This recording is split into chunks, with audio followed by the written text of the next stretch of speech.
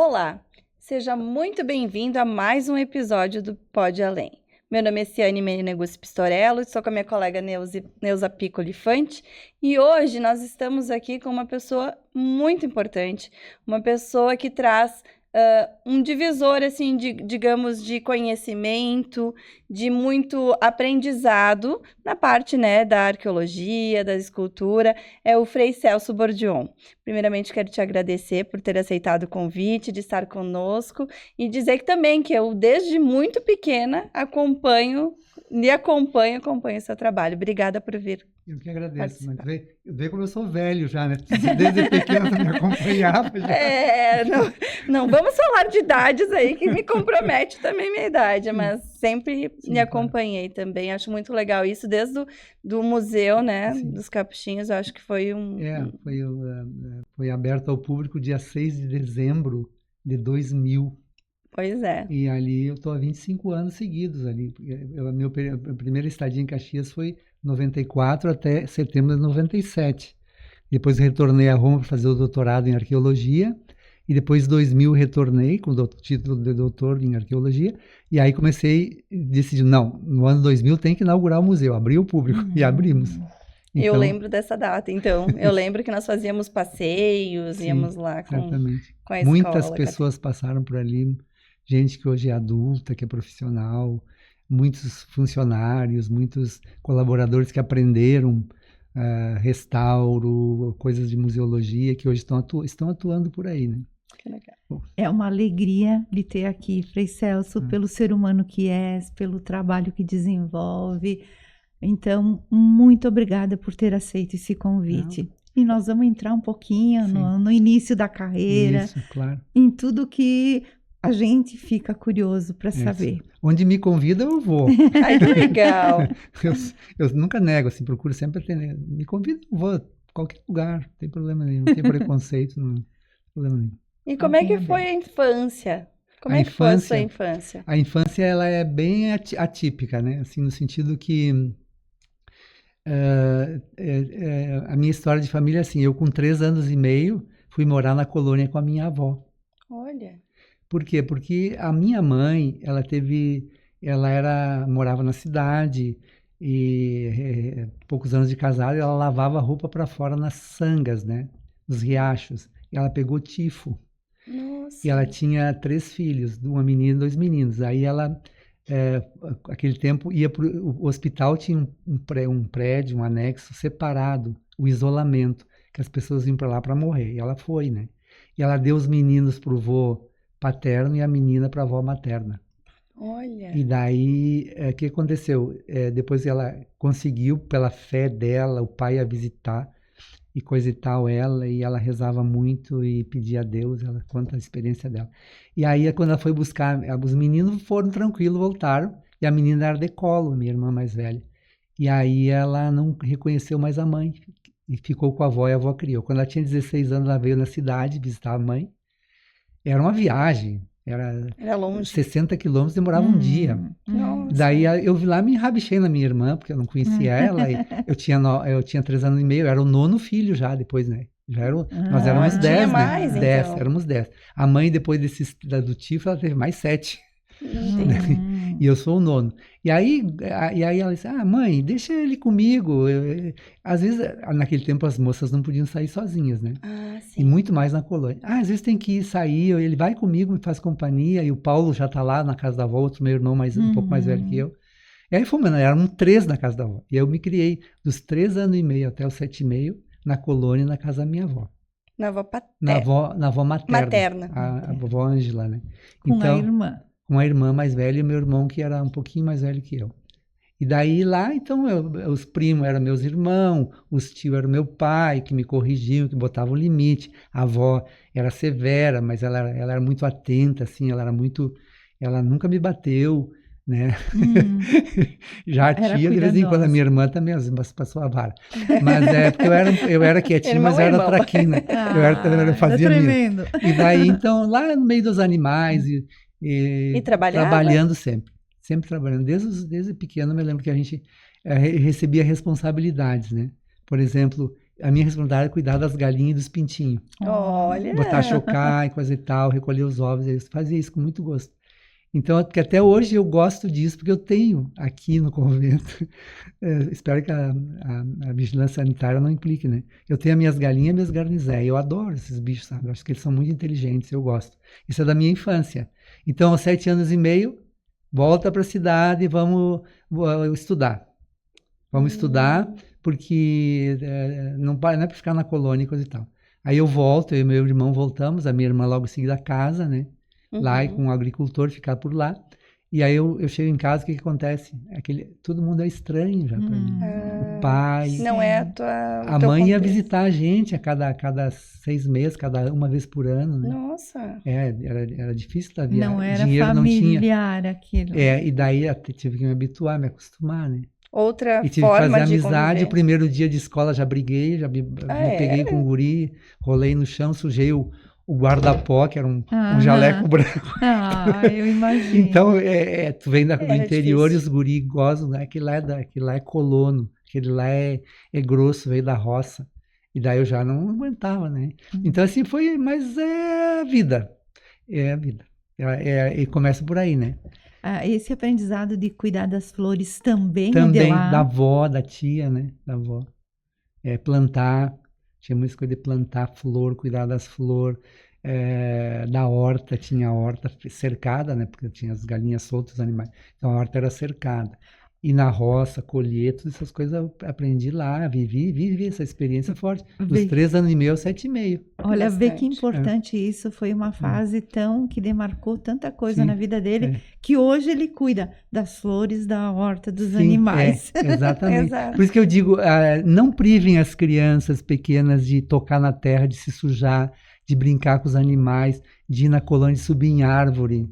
É verdade. De observar a natureza, sabe? Porque isso tudo vai ficar, até os 5 anos de idade, 6, eu acho que fica, tudo que for semeado fica, e depois se planifica para o bem ou para o mal, né? É verdade. Depois E aí foi estudando ali na região, qual que era a daí região? eu frequentava uma escola primária, né? Até a 4ª série, era 2 quadras da minha casa. Eu ia de pé no chão para a escola, nós não Olha. tinha calçado. Mas eram pobres. Pobres. É a periferia da cidade, uma escola Dr. Getúlio Vargas se chamava. Era tipo uma brisoleta, assim, sabe? Aquelas bem antigas. E daí depois na 5ª série, no colégio estadual mais longe, tinha que caminhar bem mais, né? E depois o ginásio, né? O ginásio, que eram 4 anos, fazia admissão ao ginásio. Se não tivesse média 7, não entrava no ginásio. Como se fosse um vestibular. Então. Exatamente. Depois do 2º grau, a mesma coisa, nós chamava 2º grau, né? Ou clássico ou científico. Daí já direcionava para as humanas o clássico, para as técnicas o científico. E também tinha exame de seleção. Escola pública sempre estudei. Né? Nesse processo todo, o desenho veio antes? Não, veio depois? veio ali pelos... Quando eu comecei a frequentar a escola, comecei a desenhar, decorar os cadernos com flor, com bichinho, desenhando. E aí as professoras sempre incentivavam, porque elas queriam ver os cadernos mais bem enfeitados, davam nota. É verdade. E a gente fazia trabalhos de arte, fazia o cartão de Páscoa, de Natal para dar para o pai e para a mãe, porque a gente não tinha outra coisa para dar, só um cartão, né? Sim. Presente para o pai e para a mãe não dá, dava um cartão todo colorido com lápis de cor e coisa e tal. E aquele dia a gente dava um abraço no pai e na mãe, né? Pensa, uma vez por ano. Porque não tinha essa Não coisa de tinha. carinho, de pegar no colo. Uh-uh. E as famílias eram grandes, né? Imagina. E eu me lembro que o meu irmãozinho mais novo, o 10º, às vezes a mãe pegava ele no colo porque ele chorava, né?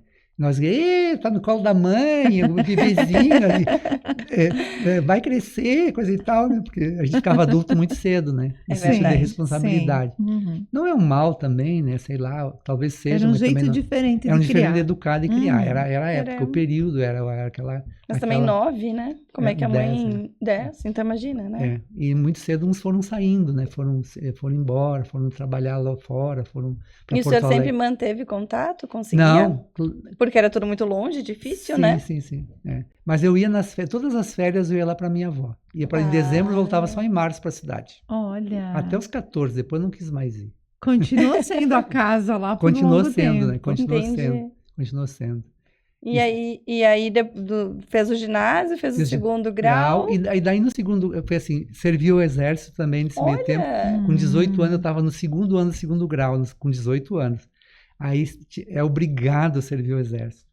Não tinha, em 1973, eu servi o exército. Não tinha. Filho de operário, filho de agricultor, todos serviam o exército. E o senhor serviu aonde? Lá no 13º Grupo de Artilharia de Campanha em Cachoeira do Sul. E aquele ano eu perdi, fui reprovado por falta. A gente faltava muito, tirava guarda, tirava plantão, tinha exercício de campo, ficava uma semana fora acampado no meio do mato, no campo, né? Então perdi. Daí, nesse segundo ano, para o terceiro ano do segundo grau, eu já participava de grupo de jovens, né, na igreja. Eu comecei gostava dos padres que tinha lá, eles eram muito jovens, dinâmicos, e reuniam a gente, faziam caminhada, cantavam, a gente fazia muita coisa. E aí um dia eu comecei a despertar para isso, né? Se eu fosse um outro tipo de vida e coisa e tal, né? E daí conheci São Francisco, daí a partir daquilo. Mas nesse entremeio ali, eu tinha a minha irmã do meio, que ela fez a Escola de Belas Artes. E ela deixava eu pintar, pegar os materiais dela, desenhar, esculpir, incentivava. A minha Isso irmã na do meio. adolescência? Na adolescência, 14, 15 anos, né? Tá. E depois eu continuei sempre desenhando por conta, né? Então tinha uma irmã focada. Tinha uma irmã que me deu toda a força. E era mais velha? Era do meio, são 3 irmãs, 3 mulheres e 7 homens na minha família, né? Entendi. Abriu as portas, olhar para ela, Exato. ver as tintas as aí. As tintas ela deixava e não se importava, que eu às vezes estragava também algumas coisas nela. Estragou as minhas goivas de esculpir, foi lá esculpir aquela madeira dura, estragou a lâmina e coisa e tal. Mas assim, Mas assim, aprendeu, né? aprendiendo, foi. E foi estudar quando, assim, nessa parte mais focada nas artes, assim? Foi aprendendo... No seminário, quando eu entrei, daí os superiores sempre diziam, desenha, pode desenhar, pode pintar, não proibiram, né? Mas não tinha, assim, um incentivo. E quando eu comecei a estudar mesmo desenho, comecei a frequentar o ateliê livre da prefeitura em Porto Alegre, que tinha que fazer um teste também para entrar, né? Não entrava assim mais, né, na época. Eu fiz e passei.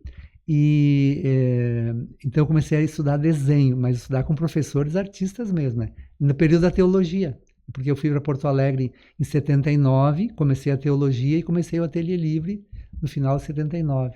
Em que ano que o senhor entrou no seminário? 1976, em Flores da Cunha, Ah, e vinha todas as noites para Caxias para fazer filosofia na universidade, que estava começando. Nós vinha de ônibus comum, saía às 6h30 da tarde, era um pinga-pinga até chegar aqui. Depois chegava às 7h30. Conhecia essa estrada muito bem. Às vezes ia pela Estrada Velha, às vezes e aí eles iam pegando os estudantes. Depois, na volta, a mesma coisa. Eles pegavam primeiros da universidade às 11 da noite, os do Madre Emilda, os do Carmo, do São João Batista, lá no fundo, né? Nossa, iam largando pelo caminho. E aí a gente chegava 00:30 em casa, todos os dias, inverno, verão, 2 anos. Foi a filosofia, o bacharelado. Aí depois o noviciado, que é um ano mais fechado, mais interno, mais de oração, de estudo, ver se é essa vocação que tu quer, os votos simples, PUC Porto Alegre. olha. Aí em 79 estava na PUC em Porto Alegre, foi 4 anos de teologia, 1 ano de estágio, mais 5 anos. Nossa. Mas nesse meio tempo, Aí desenvolveu alguma coisa na arte? Sim, desenhei muito, fiz vários cursos com professores. Conseguia E daí mesmo foi. conciliava os dois. Foi.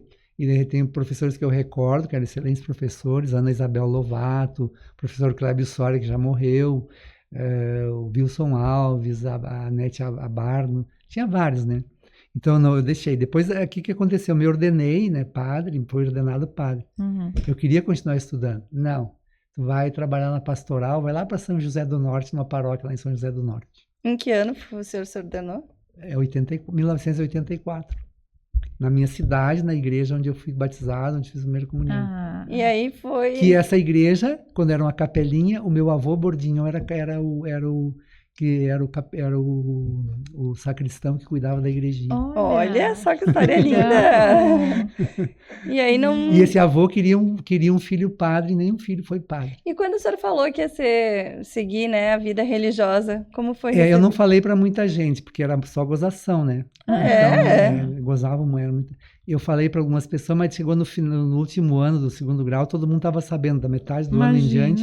E era aquela gozação, porque não sei o que, porque não sei padre. Faziam piadinhas, não dava bola. Né? Mas os colegas, não os familiares. Não, os familiares. A mãe disse assim, eu faço gosto, eu vou ficar muito feliz se for padre. Mas se não der certo, volta para casa. Olha, que legal. Tu tem que ver se é isso que tu quer. Dou todo o apoio, fico feliz, e tu tem que ser feliz naquilo que tu escolheu.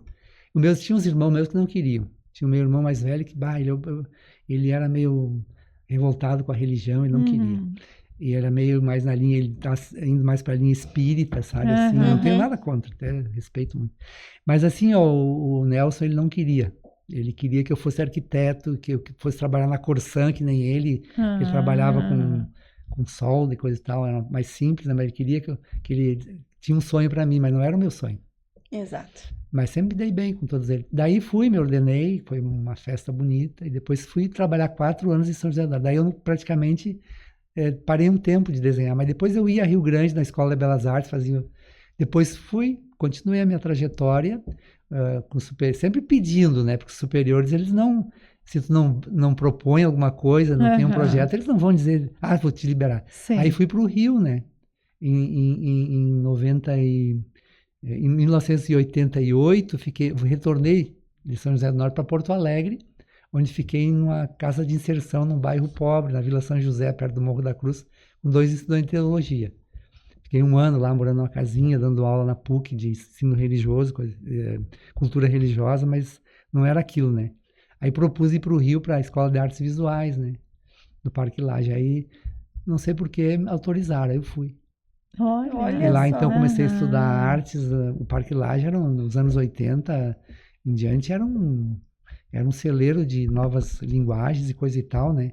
E foi muito bom aquela experiência no Rio. O Rio não era o que é hoje, né? Sim. O Rio, eu pegava ônibus, andava de noite, nós ia com os amigos na Lapa comer uma pizza, tomar um chopp. Hoje não. Depois eu voltei em 97, lá já não era o mesmo daquele que eu vivi em 99, 97, 99. E mesmo em termos da arte, eu dei um salto, né?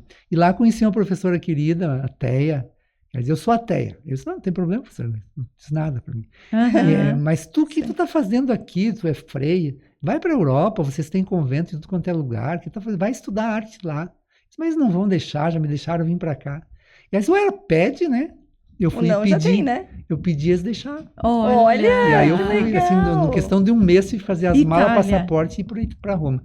E aí lá eu queria estudar restauro, mas já tinha estudado no Rio restauro, bastante aula de restauro, arte, técnicas, tudo, né? Tudo que eu podia eu pegava, eu ia, eu estudava. Foi um ano e meio assim intenso, né? 1 ano e meio.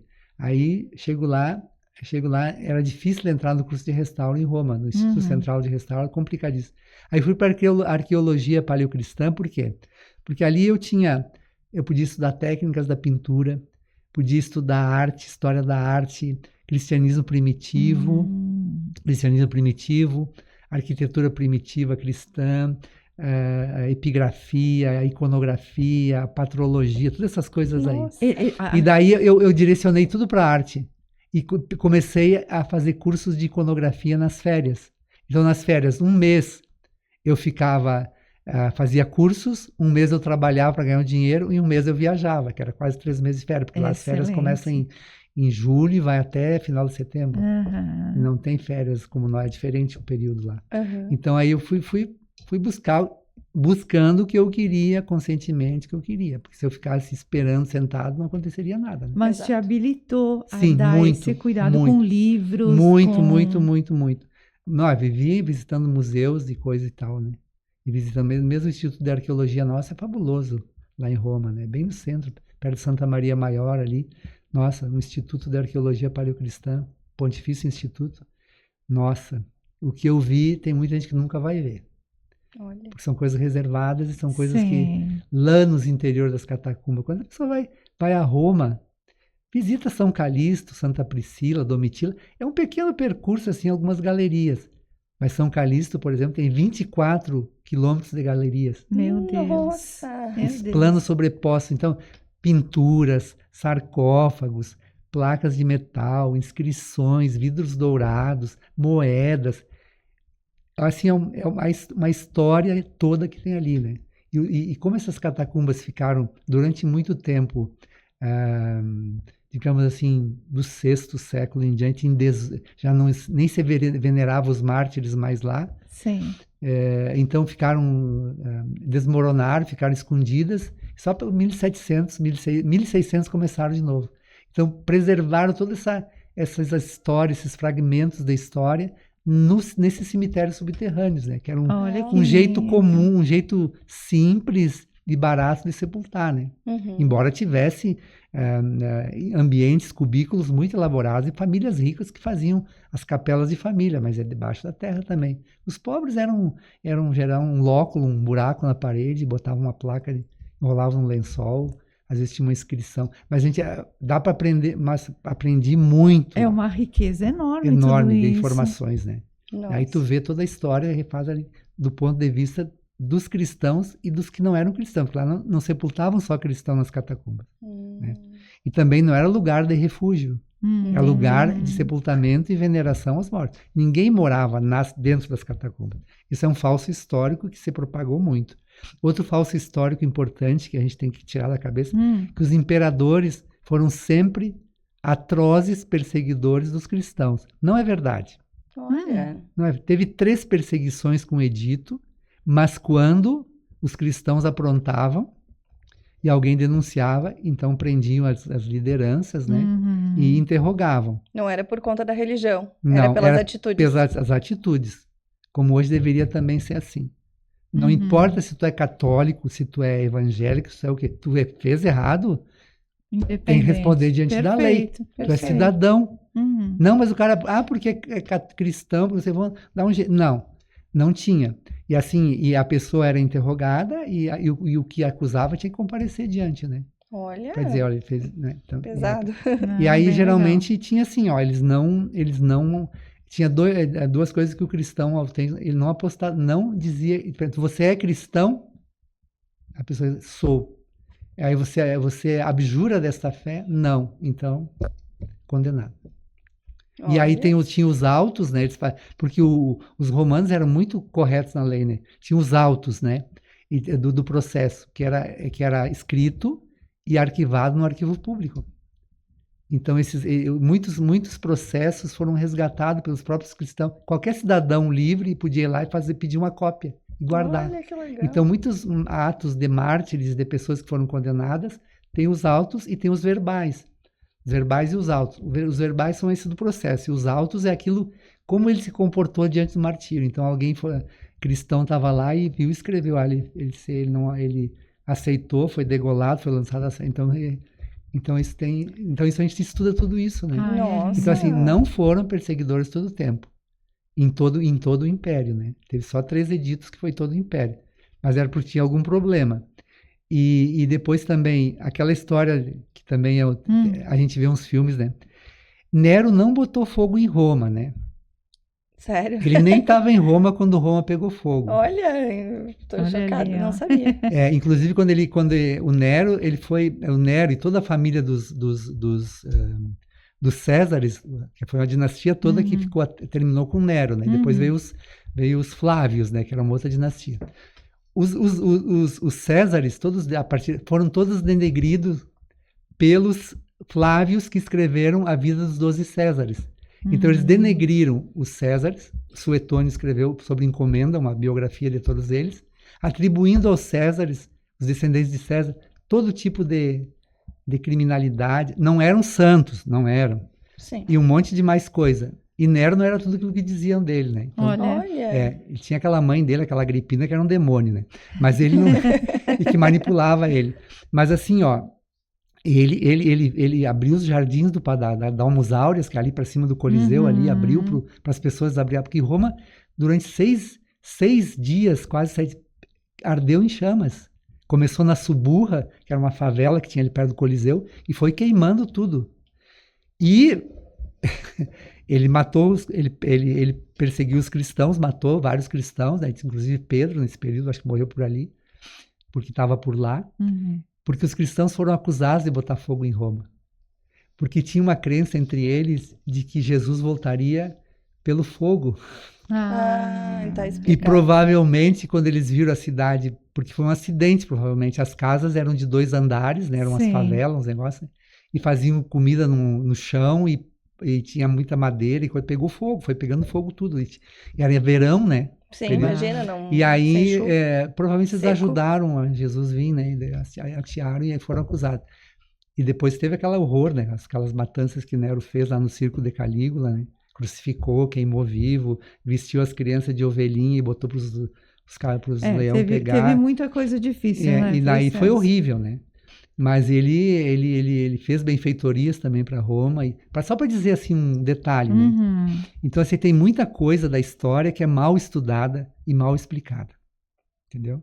Voltou com uma bagagem enorme de lá. Sim. Daí um dia eu fui dar uma palestra e disse que eu disse que os cristãos não moravam nas catacumbas e que Nero não botou fogo em Roma. Sim, né?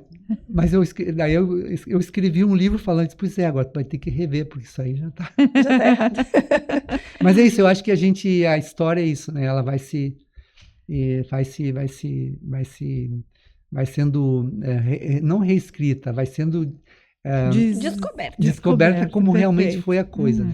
E aí o senhor fez o doutorado lá. Fiz doutorado em arqueologia, voltado sempre para as técnicas das pinturas nas catacumbas, eu fiz. Olha! E o museu veio depois disso? Veio depois, o museu, eles estavam me esperando para eu organizar, já tinha o prédio ali da editora, que a editora já tinha se mudado em 98 lá para o Desvio Rio, aquele prédio foi todo readaptado para museu, ação social e coisa e tal, né? Daí, então, eu cheguei ali, estava um canteiro de obras. E aí era eu e um seminarista lá, vamos inaugurar de qualquer jeito em dezembro de 2000, porque é uma data, né? Daí conseguimos inaugurar ao menos a sala de exposições, né? 2000 foi 6 de dezembro de 2000, agora vai fazer 25 anos. 25 anos que eu estou ali na frente. E sempre conseguiu manter, então, os teus estudos sempre com a religião? Continuei pintando ícones, restaurando, estudei muito, depois que voltei ao Brasil, estudei mais ainda, conservação e restauro de documentos e livros antigos, que eu faço isso hoje.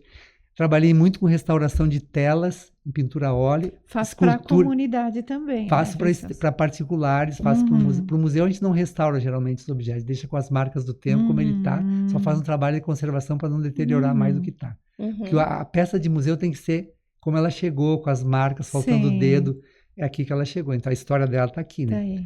Então, assim, para particulares, eu restaurei e para igrejas, muita imaginária, que a gente chama imagens de madeira, de gesso. Restaurei muitas pinturas a óleo também, telas de famílias aqui de Caxias. Só que agora não faço mais, porque me intoxiquei um pouco com solventes, né? Então, agora eu me dedico ao restauro de papel, livros antigos. Tenho meu grupo de cada 15 dias de oficinas de encadernação e restauro de livros. Olha que no meu ateliê. Eu ensino desenho e pintura, tenho meus alunos também. E eu faço meu trabalho de iconografia e sou diretor do museu, então atendo também ao museu. Nossa! Final de semana ajudo na paróquia a rezar missa nas comunidades da periferia da paróquia, das capelas que a gente chama, das comunidades. Eu acho interessante a maneira, o bestiário, como é que começou a aparecer? No olhar para as pessoas e perceber o que tinha ali dentro, desenvolver. Como é que é isso, Frei Celso? É aquela questão, assim, que é um tema que eu trabalho, eu pinto ícones. O ícone é uma pintura sacra para contemplação, para oração, é simbólica, é estilizada, né?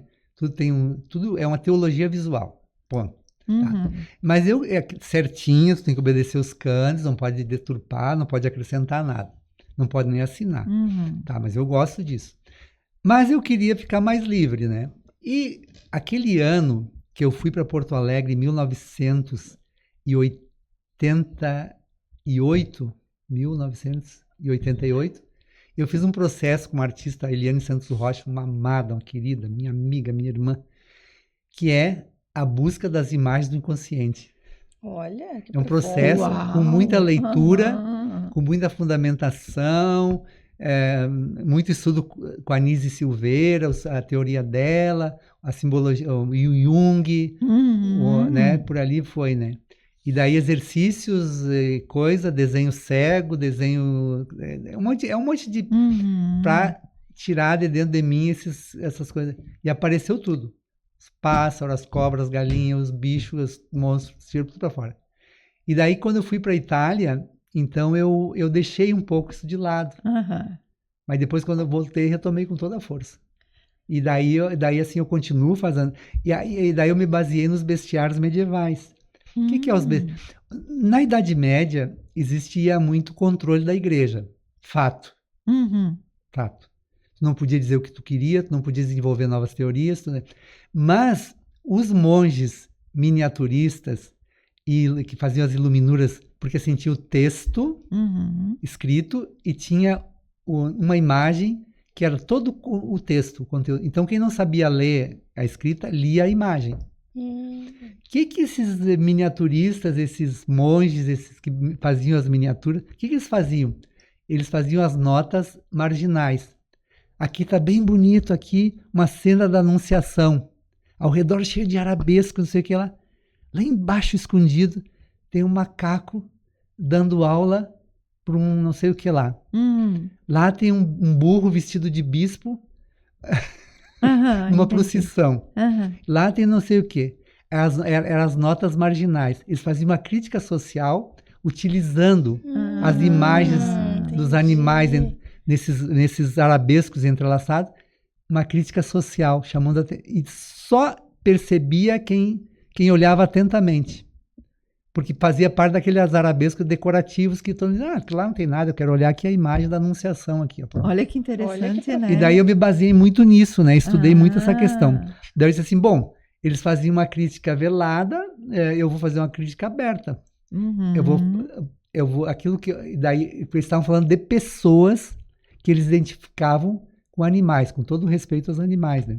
Mas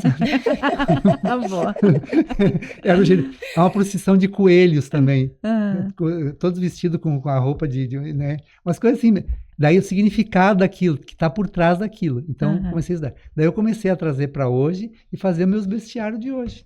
Nossa, que profundo. Falando das pessoas, né? Conhecendo pessoas porque assim, comuns, quando tu diz fulano é uma cobra, Sim. tá usando bestiário.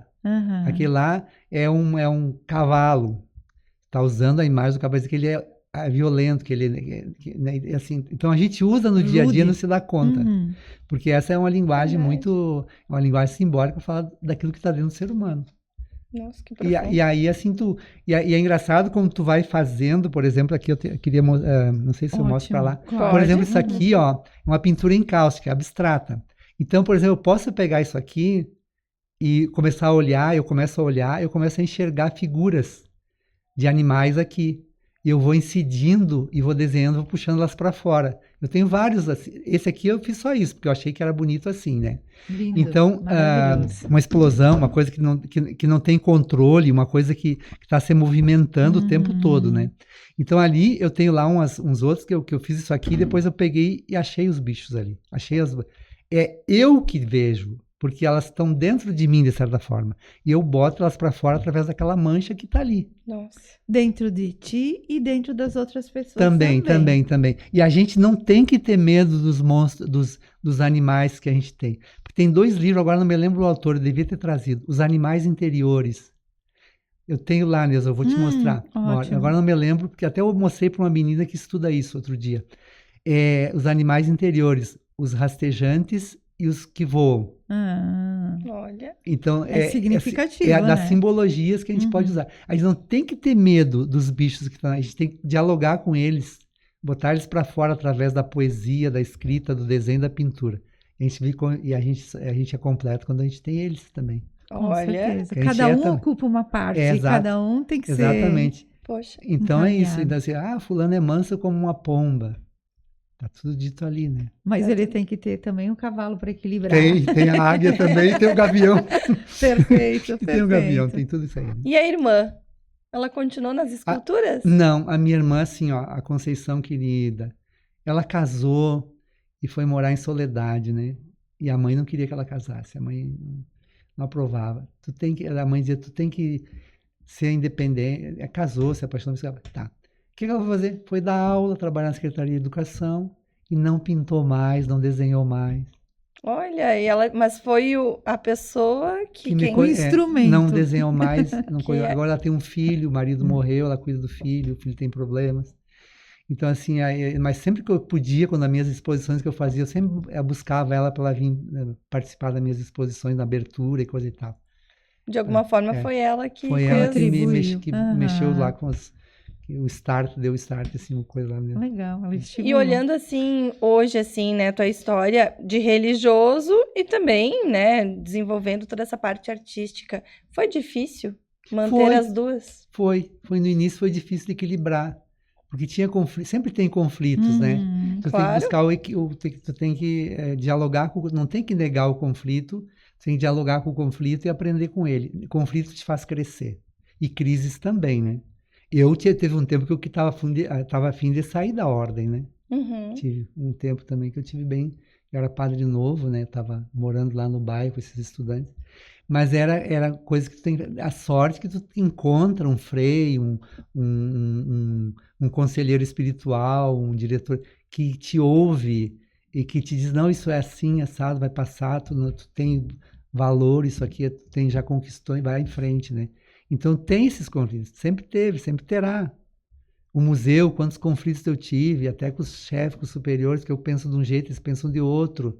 Mas isso é normal no ser humano. A gente não tem que temer, a gente cresce muito com isso. Uhum. Então eu sempre procurei tratar da melhor forma. Às vezes no início a gente fica com raiva, a gente perde o sono, a gente quer chutar o balde, né? Sim. Mas isso é reação normal, eu acho assim. Uhum. Então, mas eu sempre procurei depois direcionar e dizer, não, tem que ser assim, vai ser assim. E tem que ter um jogo de cintura, Tem né? que ter, pra tem que conseguir ir ter, tem que levando o que a gente gosta, o que a gente precisa Exatamente, fazer. o que precisa ser feito, o que é o certo, e aquilo que os outros opinam Também. sem ter conhecimento, né? Também. Eu acho digo que é o pior. assim, aí tem uma expressão que diz, os parcos de aldeia, né? Parco de aldeia, o Bernanou escreveu um livro, Parco de Legal. aldeia. Tem um outro dele também, Sob o Sol de Satã, que é mais ou menos a mesma coisa. Daí, então, assim, ele diz assim, ó, ele é assim, um cara que fez a teologia, estudou, se ordenou e nunca mais pegou um livro. Ele vai lá pro interior do interior do interior, ele reza a missa, é piedoso, ele confessa, ele faz enterro, batizado, mas nada mais. Não faz mais. Mas ele acha que ele pode dar opinião em tudo. E ele entende de tudo. Inclusive de museu, né? Boa, Precioso. Inclusive de museu, né? Agora, eu que estudei, que estou dentro, que sei o que... Eu não, porque o museu tem que ser assim, assado, porque isso aí não dá. Mas vai ler um livro, vai atender teus fiéis lá, né? Assim, porque daí entendeu? Entendi. Sim. Uhum. E o senhor estuda muito, pelo visto. Muito, e continuo, né? E não tô E não só nessa área, porque o seu conhecimento, eu tô vendo exatamente. livros, Não que eu tô queira lendo me outro dizer que eu sou livro. bom, né? História, né? Mas assim, ó, mas eu acho que é isso. E também, vocês, por exemplo, também. A Neuza é psicóloga, você... Advogada. Tá. Então, tu estudou. Então, eu não posso chegar e dizer, tu tem que resolver esse processo assim, assado. Tu tem que tratar esse paciente. Não. Cada um na Não sua é. área. Se ela quiser pedir uma opinião religiosa, eu posso dizer o que eu... Mas não, é ela que tem a palavra, não sou eu. Eu não estudei psicologia, eu não estudei advocacia, direito. E o senhor acha que, de alguma forma, a arqueologia, tudo isso influenciou na tua vida religiosa? O senhor consegue ver de uma forma diferente quem lhe procura, alguma coisa? Sim. Desmistificou muito o cristianismo, principalmente o primitivo. Eu achei legal que o Uau. senhor contou. Desmistificou Perfeito. o cristianismo primitivo. Eles eram perseguidos, sim, mas eles não eram muito santinhos, não, também, viu? Entendi. E depois, quando Constantino deu liberdade de culto, eles começaram a dominar tudo, e depois não aceitaram mais os cultos romanos, começaram a perseguir, queimar os templos, destruir os cristãos fizeram as deles também, entendeu? Então, assim, não é... Então, desmistificou e a minha fé amadureceu mais. Olha. Amadureceu. Amadureceu, ficou... Não a fé racional, porque a fé também tem um lado da fé que é racional. Sim. Que tu tem que pensar, refletir, Uhum. questionar, duvidar. Sabe? Não é, acredito em tudo. Não acredite em tudo, não. Acredite naquilo que tu consegue também provar, que tu consegue ver que é uma coisa coerente, que é uma coisa sensata, que é uma coisa que é uma referência. Mas não acredite assim em tudo, não. Olha que lição bonita. Não Nossa, acredite muito em tudo. profundo, Meu adorei. Deus. Não. Não, Adorei. prestação especial. E a Bíblia também, a Bíblia, tudo o que está na Bíblia não é tudo palavra de Deus, não. É palavra humana, Deus se manifestando é palavra humana. Porque Deus disse, não, Deus não disse, porque Deus não fala. Ele fala conosco de outra maneira, na intuição, no pensamento, no espírito. Mas ele não disse isso aqui. Vai lá ler o Antigo Testamento. Vamos destruir nossos inimigos, tomar conta da terra, porque ele nos prometeu. Isso é tu que botou na cabeça? Então, não pode sobrar nenhuma criança, tem que matar todos. Olha lá o Josué. As interpretações são E daí, dúbias, assim, né? eu pego isso e trago para hoje? Uhum. Não, porque é uma história de um povo. Tem, nesse entre meio, o sentimento desse povo, que é o povo de Israel, que não é o mesmo povo de Israel de hoje. O povo de Israel da Bíblia é uma coisa, o Estado de Israel é outra, e o pessoal confunde tudo. Por isso tem cristão idolatrando o Estado de Israel hoje e evangélico defendendo Israel. Não, é outra coisa. Israel do Antigo Testamento é uma coisa. É uma experiência de fé no meio daquelas lutas, guerras e sofrimentos. E eles sentiam a presença de Deus, sentiam que eles eram um povo escolhido, como tantos outros sentiam também que Deus os escolheu. E, no entanto, né? Então, assim, ó, é uma experiência. Por isso que eu não posso dizer que a Bíblia é tudo palavra de Deus. É relato humano. O Gênesis, Adão e Eva nunca existiu, vamos deixar bem claro.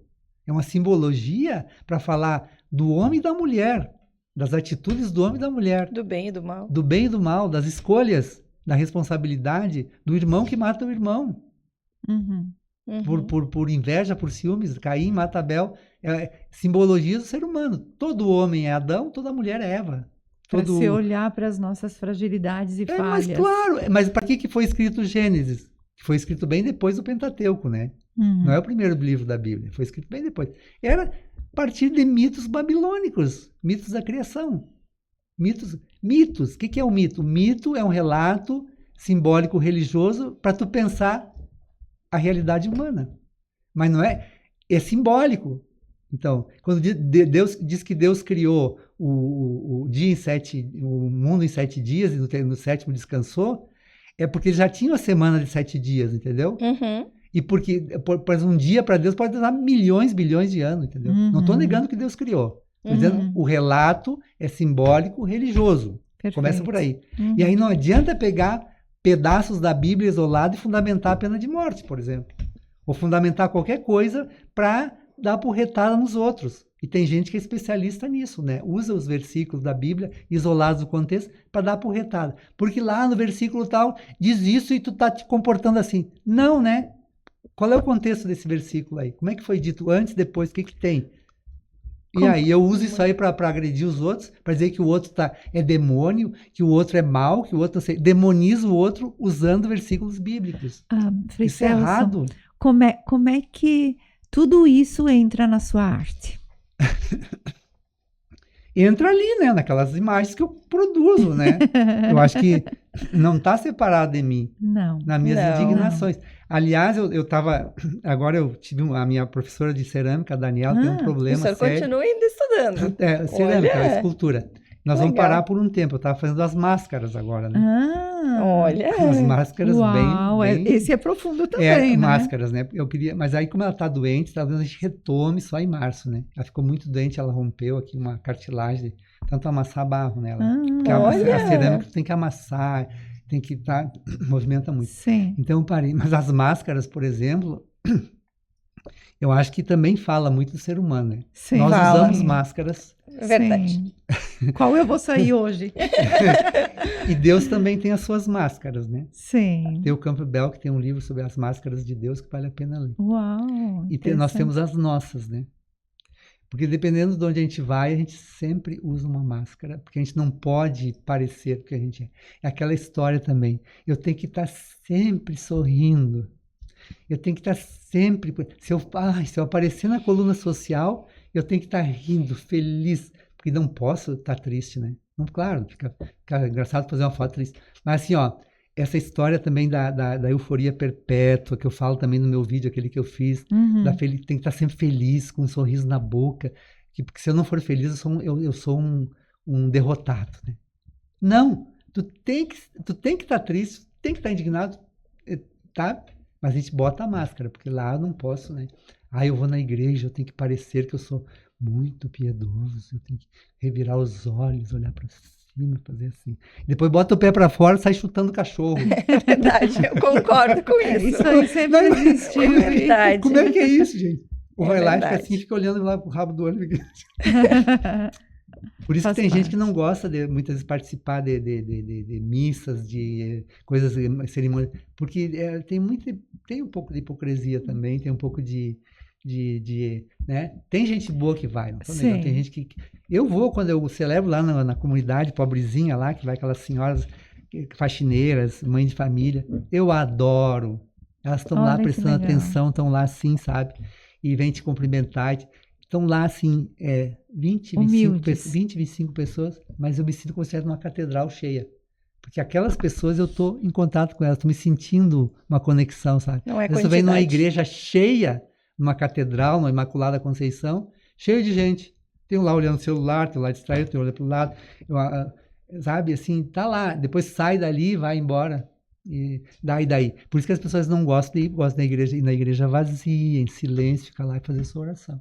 É o E não significado, E né? termômetro, eu digo assim, ó, de repente alguém pode vir me chamar a atenção, né?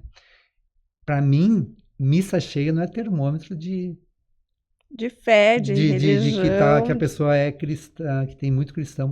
Para mim não é. E o que é? Que é o coração, o amor que tem no coração. Isso é o termômetro se tu é cristão ou não. É como tu trata os outros, como tu dirige no trânsito. Ser cristão é o tempo todo. É o tempo todo. Como tu dirige, como tu trata o teu cliente, como tu recebe, como tu ajuda ele. Com amor. Tu quer ajudar, tu tá aí para isso, tu é um profissional. Como que um médico atende, ele é cristão, como é que ele atende um paciente? Isso fica visível no dia a dia. Isso fica visível. Aí vai dizer, porque eu fui coroinha do Padre N, porque eu não sei o quê. Mas o teu comportamento, tu faz arminha, tu faz não sei o quê. Como é que é isso? Como é que combina isso com ser cristão? Tu diz que aquele lá é vagabundo, que morador de rua não presta, que não sei o quê. Sim, são pessoas que estão ali na fragilidade, a gente tem que dar olhar para elas também. Elas não são invisíveis. Tá, agora eu vou julgar, não sei a história dela. Não julgo, não sei a história dela. Um dia tinha um na frente do convento e assim, ai, Frei, eu vou ser sincero, eu quero um dinheirinho. Mas para que tu quer? Para tomar uma cachaçinha, porque senão eu não aguento. Eu tenho dinheiro. Valeu a pena, ele foi sincero. Mas aí eu vou julgar, eu sei o que ele passou para estar naquela condição que ele está. Sim. É verdade. Eu sei. Eu sou Deus? Não sou. É verdade. E eu me sento ali do lado dele para ouvir a história dele? Não, Isso né? aí, isso Então aí. não julgo. Nossa, A que pressa está legal. presente e ela faz Entendeu? atropelar Eu essas acho que é o atitudes. amor. Se tiver amor no coração, tu é cristão. Mesmo que não seja, sei lá. Então, aí é que nasce o bestiário, então, Exatamente. nessas observações. Nessas observações todas aí, né? Uhum, sim, sim. Mas eu acho que o termômetro é o amor. Quem ama não peca, de Santo Agostinho, mas no sentido assim, ó, quem ama não peca, quem não julga, quem não condena, quem estende a mão, quem tem compaixão, quem tem misericórdia, não peca. Nossa, No profundo sentido, isso. não peca, não pode pecar. Agora, se eu odeio, se eu desejo mal, se eu não perdoo, se eu julgo, e eu digo que eu sou cristão, vou na missa todos os domingos, tem alguma coisa errada. Se eu vibro nessa energia mais densa, mais pesada.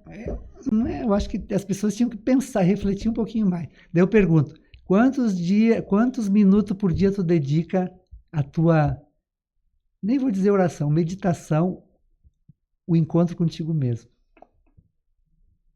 Faça essa experiência 10 minutos por dia contigo mesmo. Celular desligado, na penumbra do quarto, deita na cama ou senta e pensa em você, nas suas atitudes, no teu ser. Faça isso. Refletindo. Não quer chamar isso de oração? Não chame. Quer chamar de oração? Pode rezar uma forma, pode ler um texto do Evangelho, pode se confrontar com isso, se tu é cristão, se tu é de outra religião, se tu é Hare Krishna, se tu é, sei lá, muçulmano, entende? Não importa, que a espiritualidade tem que te tornar melhor, porque é uma grande Perfeito. questão essa. Uhum. O que a tua espiritualidade que tu cultiva te faz ser melhor e te faz feliz? Essa espiritualidade? E para onde ela te E leva? para onde te né? leva? Exatamente, Nossa. Deus. Para onde te leva? Então assim, eu digo assim, ó, se você foi na missa, prestou atenção, comungou, você tem que sair dali diferente. Você tem que estar transformado em alguma coisa. Se você sair dali igual, foi inútil, foi perda de tempo. Profundo. E o senhor, pelo que eu vi, se lhe convidarem para ir em qualquer No local, terreiro de não tem... candomblé eu vou. Eu ia dizer, No centro espírita eu vou. Uma não loja tem maçônica problema. eu vou, já fui. Não tem problema nenhum. Sou convidado como ser humano. Vou lá dizer o que eu penso. Não vou lá dizer o que as pessoas querem ouvir, vou dizer o que eu penso. Perfeito. Nesse sentido eu vou. Né? Me convida, eu vou. Não tem problema nenhum. Se for possível, eu vou. E olhando assim, né, de toda essa trajetória, o que foi a parte mais difícil? Qual foi o momento mais difícil? Momento mais difícil? Bah, teve muitos momentos difíceis, né? Teve um momento difícil quando eu tive que ir para São José do Norte. Uma cultura totalmente portuguesa. Daí tu me diz, onde é que é São José do Norte? É do outro lado de Rio Grande. Eu chego lá, não conhecia nada, de mala e cuia, com todas as minhas malas, e da rodoviária até lá, pegar um táxi, lá a barca, esperar. Era tudo estranho, diferente, a fisionomia das pessoas, era tudo, daí eu atravessei, cheguei lá, não vou fazer nome, mas o outro freio que estava lá não foi nem me esperar, me ajudar lá na barca. Tive que carregar sozinho as malas. Completamente Bati sozinho. na porta, estava dormindo. Eu tinha avisado que eu ia. Pouco caso. Me recebeu assim com uma indiferença. Depois foi difícil conviver com ele, porque ele não dialogava. Esse primeiro ano de pastoral. Mas o que eu fiz? Eu comecei a visitar as pessoas. E comecei a fazer amizade, porque o português lá tem muito português e afrodescendentes, né? Uhum. Então eu visitava, tomava café, eu ia na porta da igreja, recebia, comecei a ficar amigo. E daí eles começaram a vir. E aí fiz muitas amizades, eu deixei muitos irmãos e muitos pais e muitas mães lá. Olha que lindo! Porque eu sempre digo assim, ó, aonde eu fui, mesmo que eu encontrei dificuldade, eu sempre encontrei pais, mães, irmãos, daquilo que Jesus fala, né, no Evangelho. Quem é meu pai? Teu pai e tua mãe estão aí. Não, tua mãe e teus irmãos estão aí fora. E Jesus pergunta, quem é meu pai, quem é minha mãe, quem é meus irmãos? São aqueles que fazem a vontade de Deus. Todos. Então, aí, em qualquer lugar que eu for, eu tenho pai, tenho mãe, tenho irmãos. Não são mais os laços de sangue que contam. Sim. Aliás, os laços de sangue, hoje em dia, estão bem complicados. Porque a gente praticamente nem se comunica Sim, mais é entre verdade. familiares. Ou quando se comunica para brigar. É. Então, assim, eu me dou bem. Tenho irmãos aqui, tenho irmãs, tenho pais, tenho mães. Então, a gente tem muitos pais e muitas mães. E nesse momento de dificuldade, eles vinham ao encontro, né? O familiar está onde o coração está. Exatamente. Né? A tua família é extensa, grande, né? Então, assim, tive um momento. Esse foi um momento para me adaptar lá. E a gente ia para os interiores, nós não tinha carro, nós ia de ônibus. Às vezes o ônibus atolava, não tinha estrada, não tinha telefone de manivela, lá na cidade só. Não tinha energia elétrica, agora tem tudo lá, tem estrada, tem asfalto. Mas na época eu fui. Foi um desafio, né? Tu ficava, tu te molhava. Uma vez fui levar o bispo para uma crisma e entrei tinha que passar, tinha tudo alagado, choveu, né? E a caminhoneta ficou e apagou lá dentro. Eu tive que sair no meio da chuva, caminhar uns quilômetros para achar um carro, para puxar, para tirar a gente, para ele chegar em tempo. Depois tinha que ir numa outra comunidade. Nossa. Teve mas eram coisas assim que tu fazia com amor, com gosto, e depois chegava no dia tu dormia. Desafios. Né? Mas esse desafio foi lá. Depois também morar na Inserção, numa casinha de madeira, no meio de uma favela, foi difícil para mim, foi assim, sabe? Depois me adaptar no Rio também. Sempre tinha alguma coisa, mas eu sempre Sim. tentava superar. Uhum. Encontrava pessoas que me ajudavam. Sempre, nunca, não, sempre encontrei pessoas que estendiam a mão. Por isso que eu tenho que estender a mão também. Claro. Não Entendeu? se sentiu sozinho. Nunca me senti sozinho, né? Olha que lindo. E aquele trauma que nós falamos uma vez, posso dizer aqui, não tenho vergonha, de eu me sentir abandonado, porque quando a minha irmã veio me pegar, a mãe disse, pode ir, vai. Mas no fundo, inconsciente, eu queria que a mãe dissesse, não vai, fica aqui comigo. Uhum. Mas isso aqui depois eu fui trabalhar depois dos 50 anos isso, né? Olha ali. E a Então, gente assim, nem sabe, né? A gente nem sabe, é inconsciente. Aham. Não foi por mal que ela fez isso, foi Não. Pensa no teu bem. meu bem. Lá vai estar bem com a irmã, com o irmão, Isso com aí. a avó. Vai Então, ser assim, então a gente acolhido. tem que trabalhar essas questões da nossa. Nós temos que, cada um, resgatar a sua história também. E ver lá onde é que tem os pontos lá que não foi bem resolvido, dá para resolver depois. Dá para resgatar, dá para reintegrar. Olha que lição né? bonita. Entendeu? Maravilha, Frei Eu acho que a Celso. gente tem que. Qual é a tua história? Resgata a tua história de tudo que tu lembra, escreve. Uhum. E depois tu vê que tem umas coisas que tu, olha, por que eu reajo assim diante de tal situação? Porque lá, quando eu tinha 3 anos e meio, aconteceu isso. Isso aí. Não é culpa de ninguém. Você pode ter sido. Mas também vou perdoar esse passado, vou reintegrar e vou dizer, não, eu sou isso. Eu vivi isso, mas eu superei. Eu compreendi dessa maneira. É, exatamente. Né? É. Que legal. Então, acho que a história de vida de cada um é importante. A gente não pode passar uma borracha em cima. A gente tem que resgatar ela. Para a gente saber quem a gente é, de onde que a gente veio, para onde que a gente vai. Né? Mas eu, olhando assim a sua história, né, acompanho, né, como eu disse, há bastante tempo, eu assim, como, né, cristã, eu vejo que é difícil, normalmente, conseguir seguir num outro trabalho sendo religioso, né? Sim, sim.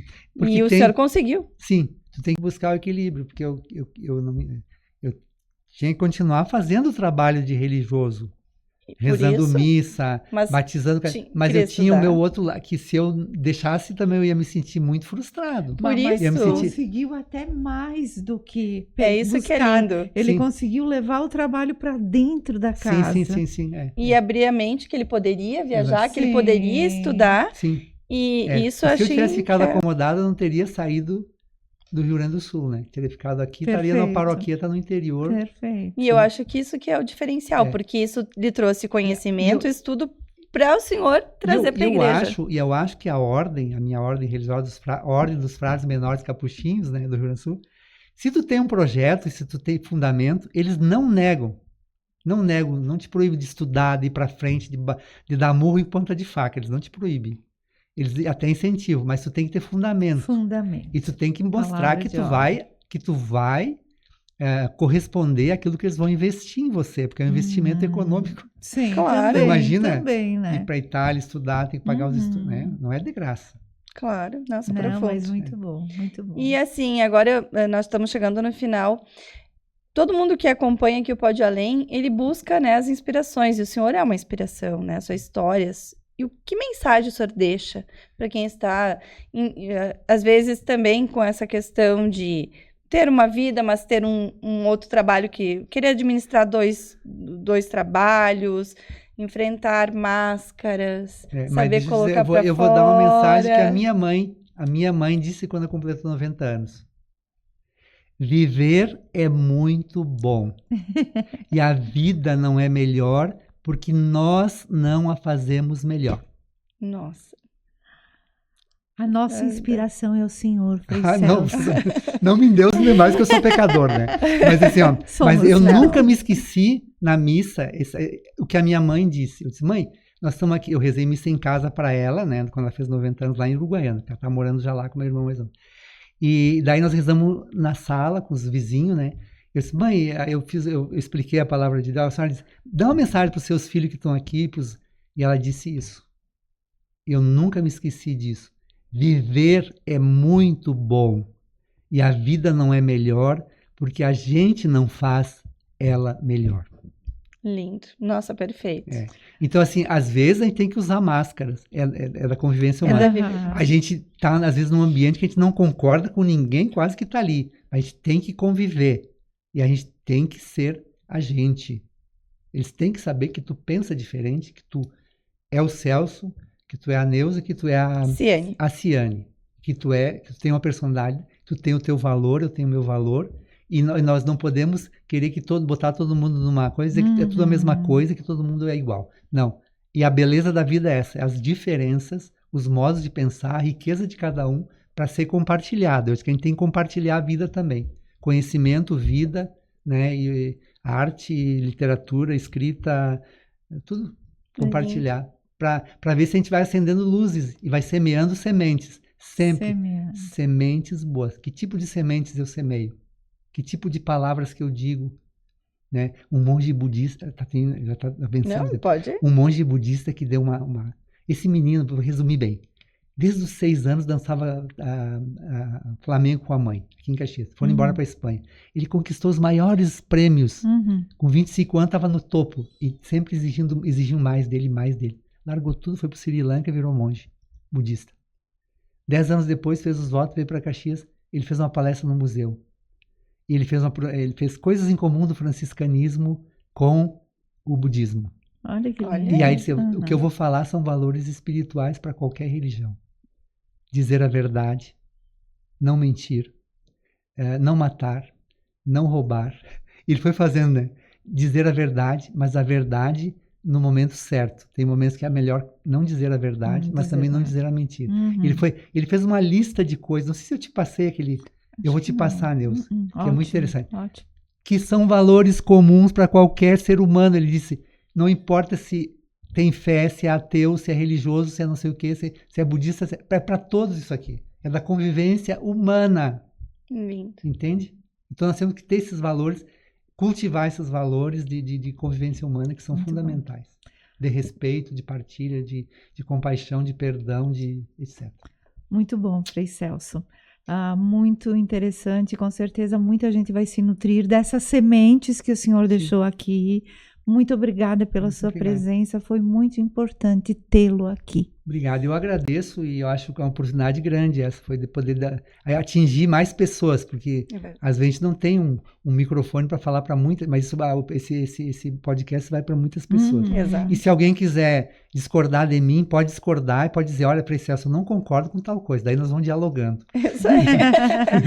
Não, eu quero agradecer mesmo, é interessantíssimo e eu fico feliz em saber, né, que o senhor repensou muita coisa e amadureceu, como o senhor disse, né? Como pessoas em profissão.